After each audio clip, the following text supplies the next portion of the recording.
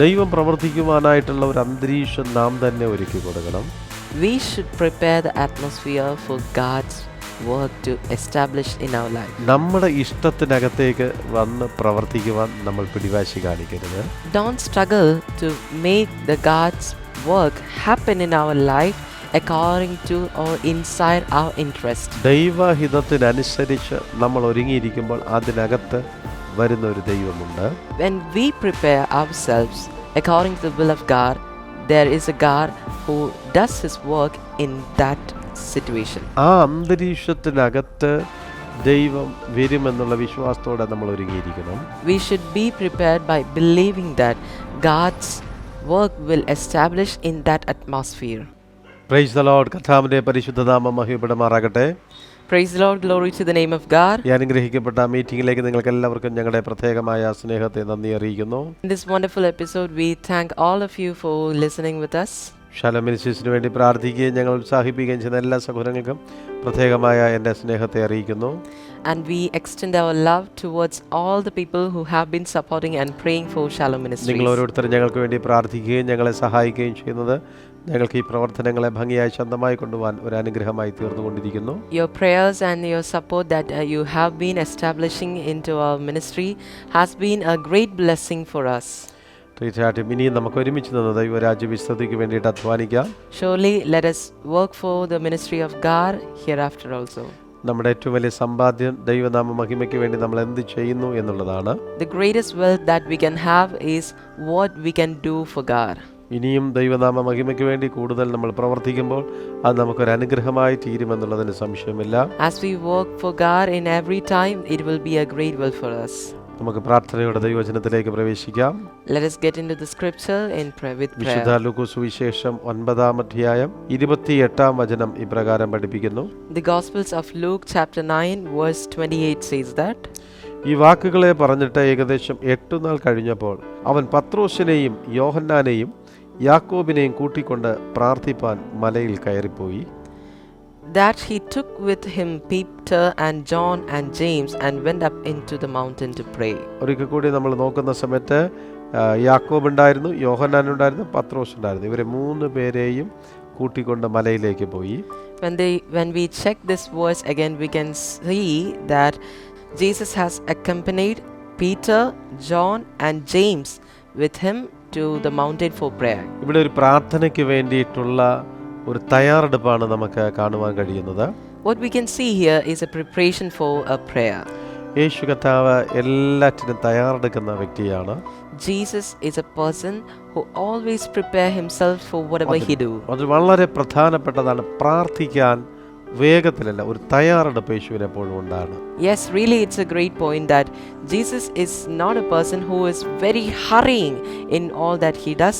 Rather, he has a time for preparing. ഏത് സമയത്ത് പ്രാർത്ഥിക്കണം എന്നുള്ളത് കർത്താവ് നേരത്തെ കൂട്ടി നിശ്ചയിക്കും. He always decides the time when he needs to pray. ആരൊക്കെ ആ പ്രാർത്ഥനയിൽ ഉണ്ടായിരിക്കണം എന്നുള്ളത് യേശു നിശ്ചയിക്കും. Jesus decides whoever is needed to pray. എവിടെ ഇരുന്നായിരിക്കണം പ്രാർത്ഥിക്കണം എന്നുള്ളതിനെ കുറിച്ച് കർത്താവ് നിശ്ചയിക്കും. And he also decides where he need to sit and pray.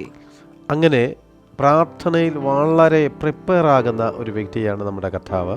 So that we can say Jesus is one who gives a great importance for preparation in his prayer. യേശു കർത്താവിന് വളരെ വ്യക്തമായിട്ട് അറിയാം, പ്രാർത്ഥനയില്ലാത്തൊരു ജീവിതം, ആത്മീക ജീവിതം ഒരിക്കലും സക്സസ് അല്ല എന്ന്.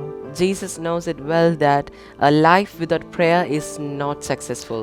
പലപ്പോഴും സാധാരണക്കാരായിരിക്കുന്നവരൊക്കെ ബാക്കി എല്ലാ കാര്യങ്ങളും എല്ലാം നേരത്തെ കൂട്ടി പ്ലാൻ ചെയ്യും. പക്ഷെ പ്രാർത്ഥനയ്ക്ക് അത്രത്തോളം ഒരു പ്ലാനിങ് ഉണ്ടോ എന്ന് സംശയിക്കേണ്ടതായിട്ടുണ്ട്. Most of the time, all we ordinary people prepare ourselves for everything that we do, but oftenly we forget ourselves to prepare for prayer. എവിടെ ഇരുന്ന് പ്രാർത്ഥിക്കണമെന്ന് ചിന്തിക്കുകയോ ഇല്ലയോ എന്നൊരു സംശയമുണ്ട്. There is a doubt regarding if we think where we need to pray. അവിടെ ആരൊക്കെ ആ പ്രാർത്ഥന ഉണ്ടായിരിക്കണം എന്നുള്ളത് പ്ലാൻ ചെയ്യുമോ എന്നൊരു സംശയമുണ്ട്. And there is a doubt if we plan whether how many people are needed. ഏത് സമയത്ത് പ്രാർത്ഥിക്കണമെന്ന് പ്ലാൻ ചെയ്യുമോ എന്നൊരു സംശയമുണ്ട്. And there is a doubt if you plan the time that you need to pray. പക്ഷേ യേശു അതിൽ നിന്നെല്ലാം വ്യത്യസ്തനാണ്. തനിക്ക് പ്രാർത്ഥിക്കാനൊരു സമയമുണ്ട്. But Jesus is separate from all these things. He has a better knowledge, a better idea about how and when he need to pray. ആ സമയത്ത് കർത്താവ് വേറെ ഒരു കാര്യത്തിനു വേണ്ടി പോകത്തില്ല. ആ സമയം പ്രാർത്ഥിക്കാൻ വേണ്ടി മാത്രം വിനിയോഗിക്കും. And at that time, Jesus won't go to any other places or any other business. He just concentrates in prayer. കർത്താവ് എവിടെയാണോ ഇരുന്ന് പ്രാർത്ഥിക്കേണ്ടത് നേരത്തെ കൂട്ടി അതിനെക്കുറിച്ച് പ്ലാൻ ചെയ്യും. God always plans in advance where he need to have his prayer. ചിലപ്പോൾ മലയുടെ മേളിലായിരിക്കാം. Sometimes it may be in a mountain. ചിലപ്പോൾ ഒരു വീട്ടിനകത്തായിരിക്കാം. Sometimes it may be inside a house. ചിലപ്പോൾ ഒരു മരത്തിന്റെ ചുവട്ടിലായിരിക്കാം. Sometimes he may be doing his prayer under a tree. ഒരുപക്ഷേ ശിഷ്യന്മാരിൽ അല്പം വേർപെട്ടായിരിക്കാം. Sometimes he separates himself from his ചിലപ്പോൾ disciples for prayer. തോട്ടത്തിനകത്തായിരിക്കാം. Sometimes he himself get into the garden of Gethsemane for prayer. കർത്താവ് അതിനെക്കുറിച്ച് നേരത്തെ കൂട്ടി പ്ലാൻ ചെയ്ത് അവിടെ തന്നെ പോയി പ്രാർത്ഥിക്കും. God always plans in advance where he need to pray and he goes to that place. അത് മാത്രമല്ല, ആ പ്രാർത്ഥന ആരൊക്കെ തൻ്റെ കൂടെ ഉണ്ടായിരിക്കണം, ഞാൻ ഒറ്റയ്ക്ക് പ്രാർത്ഥിക്കണോ അതോ കൂട്ടായി പ്രാർത്ഥിക്കണോ എന്ന് കർത്താവ് പ്ലാൻ ചെയ്യുമായിരുന്നു. And he also planned where I need someone or I should be alone in my prayer. യേശു കർത്താവ് പ്ലാൻ അനുസരിച്ചാണ് എല്ലാ കാര്യങ്ങളും ചെയ്യുന്നത്. And he also does that according to the plan that he has planned. പഴയ നിയമത്തിലെ ഭക്തൻ അബ്രഹാമിനെ കുറിച്ച് നമുക്കറിയാം. We know a servant of God named Abraham in the Old Testament. പിതാവ് എവിടെ പോയി പ്രാർത്ഥിക്കാൻ പറഞ്ഞോ അവിടെ പോയി പ്രാർത്ഥിച്ചു. He always goes to the place where the Father God asks him to do the prayer. അപ്പനും മകനും മാത്രം മതി എന്ന് പറഞ്ഞ് വേലക്കാരെയും കഴുതയൊക്കെ മാറ്റി നിർത്തിയേച്ചു പോയി. He has separated his servants and us, and he and his son alone went to prayer. പിതാവ് പറഞ്ഞ സ്ഥലത്ത് പോയി അവർ യാഗം കഴിച്ചു. They went to the place where Father asked. അവരുടെ ഭാര്യയോ ജോലിക്കാരോ കഴുതയോ ഇല്ലാതെ പിതാവും മകനും മാത്രം പോയി പ്രാർത്ഥന കഴിച്ചു. Just the father and son went to the place where he was asked to conduct his prayer. ദൈവഹിതമനുസരിച്ച് യാഗം കഴിച്ചു. And they did the sacrifice according to the will of God. Hannah ദൈവത്തിന്റെ ആലയത്തിലേക്ക് ഒറ്റയ്ക്ക് കടന്നുപോയി മനസ്സ് തുറന്ന് പ്രാർത്ഥിച്ചു. Hannah went to the temple of God alone and she opened her mind, she opened her heart for prayer. അങ്ങനെ ഭക്തന്മാർ പലരിടത്തും ദൈവഹിതമനുസരിച്ച് പ്രാർത്ഥിച്ചിടത്തെല്ലാം വലിയ അത്ഭുതങ്ങൾ നടന്നു. And we can see wherever the servants of God opened their heart and obeyed the instructions given by God and prayed, there we can see a great miracle. ഇവിടെ യേശു കർത്താവ് 3 ശിഷ്യന്മാരെ മാത്രം തിരഞ്ഞെടുത്തു. And here Jesus has selected 3 disciples. 12 ശിഷ്യന്മാർ യേശുവിനുണ്ടായിരുന്നു. Jesus had 12 disciples. അതിൽ ഒരുവൻ മാത്രമേ നഷ്ടപ്പെട്ടു പോയുള്ളൂ.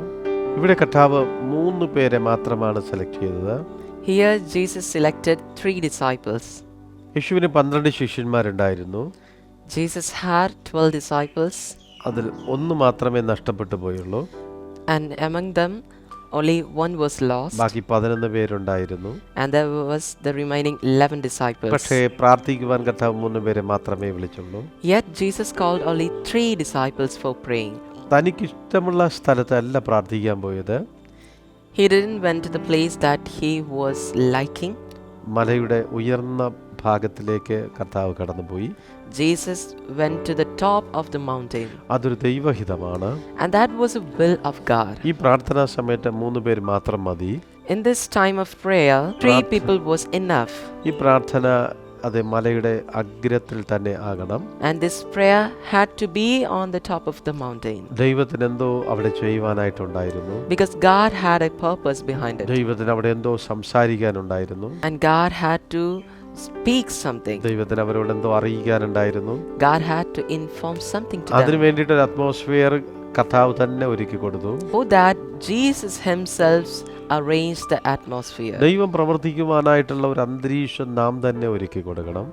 We should prepare the atmosphere for God's work to establish in our life. നമ്മുടെ ഇഷ്ടത്തിനകത്തേക്ക് വന്ന് പ്രവർത്തിക്കുവാൻ നമ്മൾ പിടിവാശി കാണിക്കരുത്. Don't struggle to make the God's work happen in our life according to or inside our interest. ദൈവഹിതത്തിനനുസരിച്ച് നമ്മൾ ഒരുങ്ങിയിരിക്കുമ്പോൾ അതിനകത്ത് വരുന്ന ഒരു ദൈവമുണ്ട്. When we prepare ourselves according to the will of God, there is a God who does his work in that situation. ആ അന്തരീക്ഷത്തിനകത്ത് ദൈവം വരുമെന്നുള്ള വിശ്വാസത്തോടെ നമ്മൾ ഒരുങ്ങിയിരിക്കണം. We should be prepared by believing that God's work will establish in that atmosphere. പങ്കെടുക്കാൻ പാടില്ലാത്തവർ ആ പ്രാർത്ഥനയിൽ പങ്കെടുക്കാൻ പാടില്ല. Sometimes we need to separate the people, those who are supposed not to participate. അതിൽ സംബന്ധിക്കാൻ പാടില്ലാത്തവർ അതിനകത്ത് സംബന്ധിക്കാൻ പാടില്ല. The people who are supposed not to participate should not participate. ഞാൻ പലപ്പോഴും ചിന്തിക്കുന്ന ഒരു ഭാഗമുണ്ട്.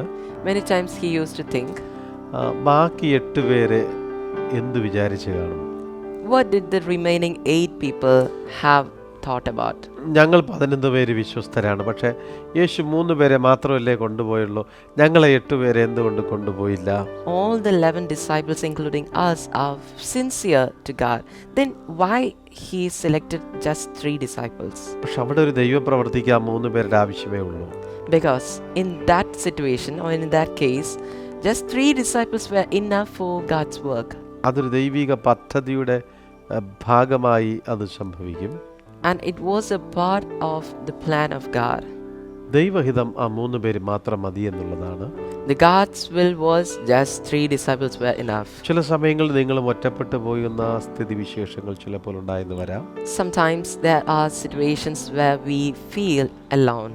ആ ഏകാന്തതകളുടെ മധ്യത്തിൽ നിങ്ങളും ദൈവത്തിൻ്റെ മുൻപാകെ ധൈര്യത്തോടെ കാണപ്പെടണം. But you should be in front of God with confidence in those lonely places. നിങ്ങളെ കൊണ്ടുപോയോ ഇല്ലയോ എന്നുള്ളതല്ല വിഷയം. It's not about whether God has selected you or not. നിങ്ങൾ ദൈവഹിതത്തിന് കീഴ്പ്പെട്ടു എന്നുള്ളതാണ് വളരെ പ്രത്യേകതയുള്ളത്. The most important factor is whether you have submitted yourself to the will of God. എന്നെ മലയുടെ മേളിൽ കൊണ്ടുപോകുന്നത് ദൈവഹിതമാണെങ്കിൽ മാത്രം മതി എന്ന് ചിന്തിക്കണം. You should start thinking that if it is the will of God for me to get selected to go to the top of mountain, let it happen. If not, let it go. എന്നെ കൊണ്ടുപോയില്ലെങ്കിലും താഴ്വാരത്തിൻ്റെ അടിവാരത്തിൽ ഞാൻ പ്രാർത്ഥിച്ചുകൊണ്ടിരിക്കും. Even if God does not select me to make me go to the top of mountain, I will pray at the valley of it. ദൈവം എനിക്ക് വലിയ അവസരങ്ങൾ തന്നാലും തന്നില്ലെങ്കിലും ഞാൻ ദൈവഹിതത്തിനായി കാത്തിരിക്കും. Even if God gives me great opportunities or not, I will wait for God's time. ഞാൻ ദൈവത്തെ അനുസരിച്ച് താഴ്മയോടെ വിനയത്തോടെ പെറുപെറുപ്പില്ലാതെ ഞാൻ കാത്തിരിക്കും. I will wait for God's will by surrendering myself and without murmuring. ബാക്കിയുള്ള ശിഷ്യന്മാരെല്ലാം അതെ താഴ്വാരത്തിൻ്റെ അടിവാരത്തിൽ അന്ത്രയോസിൻ്റെ നേതൃത്വത്തിൽ അവിടെ ശുശ്രൂഷ ചെയ്യുകയായിരുന്നു. And all of the disciples were under the valley praying and preparing themselves under the leadership of Andrew. എന്നാൽ 3 പേർ യേശു വിളിച്ചുകൊണ്ട് പോയതിനെ ചൊല്ലി അവർക്ക് ഒരു പരാതിയുമില്ലായിരുന്നു. And those 3 disciples were not having any complaint regarding. ചില സമയങ്ങളിൽ നിങ്ങളെ ഒഴിവാക്കി കളയുന്നു എന്ന് ചിലപ്പോൾ ചിന്തിക്കുന്ന വ്യക്തികളായിരിക്കാം. And sometimes we think that we are being separated. മലയുടെ മേളിൽ പോയാൽ മാത്രമേ ദൈവത്തിൻ്റെ ഇഷ്ടപുത്രനായി തീരത്തുള്ളൂ എന്ന് നിങ്ങൾ ചിന്തിക്കരുത്.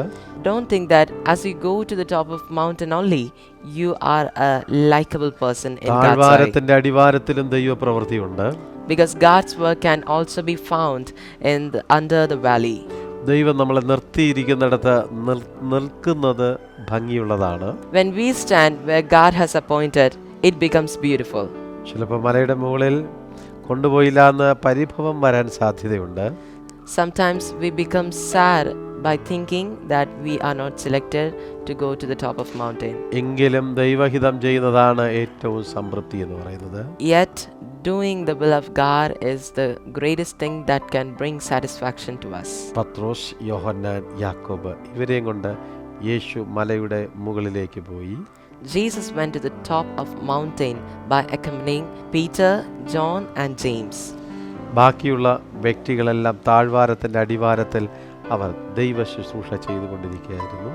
And all other disciples were doing the ministry of God under the valley. എങ്കിലൊരു ഭൂതം വെളിപ്പെട്ട് അത് മാറാതെ നിന്നപ്പോൾ യേശു ആ താഴ്വാരത്തിൻ്റെ അടിവാരത്തിൽ ഓടിപ്പോയി അവരെ സഹായിച്ചു.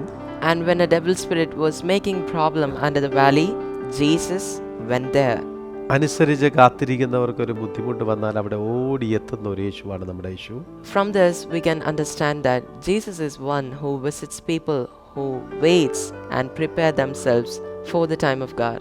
അതുകൊണ്ടാണ് ചന്ദ്രരോഗം ബാധിച്ച വ്യക്തി പ്രയാസപ്പെട്ടുകൊണ്ടിരുന്ന സമയത്ത് ശിഷ്യന്മാർ പ്രാർത്ഥിച്ചു ശരിയാകത്തുണ്ട് യേശു അവരുടെ അടുക്കൽ അവരെ സഹായിക്കാനായി ഓടിപ്പോയി.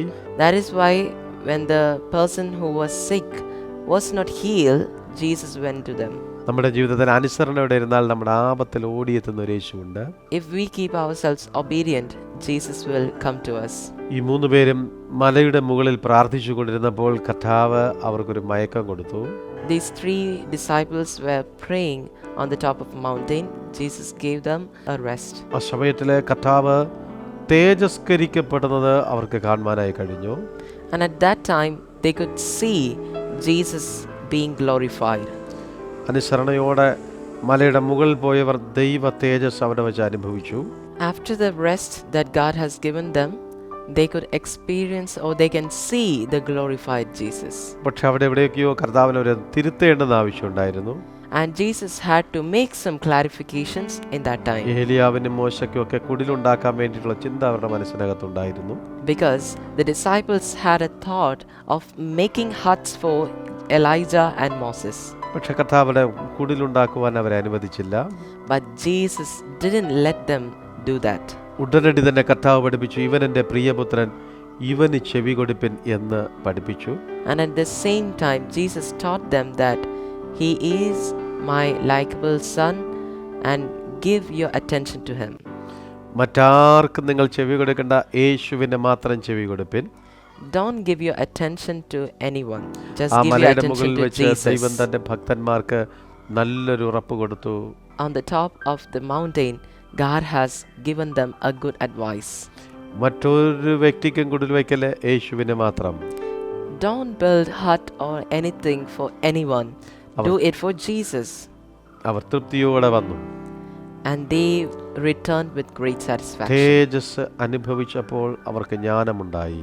As they experienced the glory, they became wise. ആ തേജസ്സിന്റെ മധ്യത്തിൽ അവർ ബലപ്പെട്ടു. And they have become strong in the midst of that glory. ഇന്ന് ദൈവം നിങ്ങളെയും വർദ്ധിപ്പിക്കുവാൻ ആഗ്രഹിക്കുന്നു. And tonight, God is desiring to make you strong. ദൈവഹിതത്തിനു വേണ്ടി കാത്തിരിക്കണം. Wait for the will of God. ദൈവഹിതം നിങ്ങൾക്കൊരു അനുഗ്രഹമാകട്ടെ.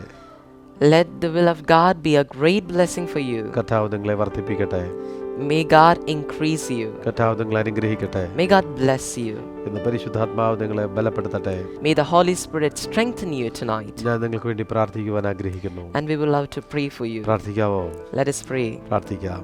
Let us pray. കർത്താവേ, ഞങ്ങൾ നിന്റെ കുഞ്ഞുങ്ങൾക്കായി പ്രാർത്ഥിക്കുന്നു. ദൈവം അവരെ ആശീർവദിക്കുകയും അനുഗ്രഹിക്കുകയും സഹായിക്കുകയും ചെയ്യണമേ. അനുസരണയോടെ ദൈവഹിതത്തിനു വേണ്ടി കാത്തിരിപ്പാൻ കർത്താവിനെ അങ്ങ് സഹായിക്കണമെന്ന് പ്രാർത്ഥിക്കുന്നു.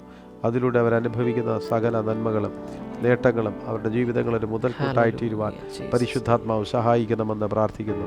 പിന്നെ കർത്താവേ, ദൈവത്തിൻ്റെ ഹിതം മനസ്സിലാക്കി ദൈവത്തിൻ്റെ ആലോചന അനുസരിച്ച് പരിഭവങ്ങളില്ലാതെ ഭിന്നതകളില്ലാതെ ഐക്യതയോടെ സ്നേഹത്തോടെ മുൻപിലേക്ക് ഗമിക്കുവാൻ, ചിലയിടത്ത് താണിരിപ്പാൻ, ചിലയിടത്ത് മല കയറുവാൻ, ചിലയിടത്ത് മലയുടെ താഴ്വാരത്തിലിരിപ്പാൻ ഒക്കെ ഇവർക്ക് ദൈവ കൃപ കൊടുത്ത് അനുഗ്രഹിക്കണമെന്ന് ഞങ്ങൾ പ്രാർത്ഥിക്കുന്നു. ഇവരുടെ മേലുള്ള ചിന്തകൾ മാറി ക്രിസ്തുവിനെ മാത്രം ചെവി കൊടുക്കുവാൻ ദൈവം സഹായിച്ച് അനുഗ്രഹിക്കണമെന്ന് പ്രാർത്ഥിക്കുകയാണ്. യേശുവിൻ നാമത്തിൽ പിതാവേ, ആമേൻ. Oh Lord, our Heavenly Father, we thank you for giving us a great opportunity tonight to know the scriptures. Lord, your word of God has strengthened us throughout our life, God, and we are desiring for that strength to establish throughout the end of our life, Jesus. Lord, we need your grace, we need your blessing, and we need your guidance. Lord, today we could know that we should always be prepared in whatever we do in the name of God.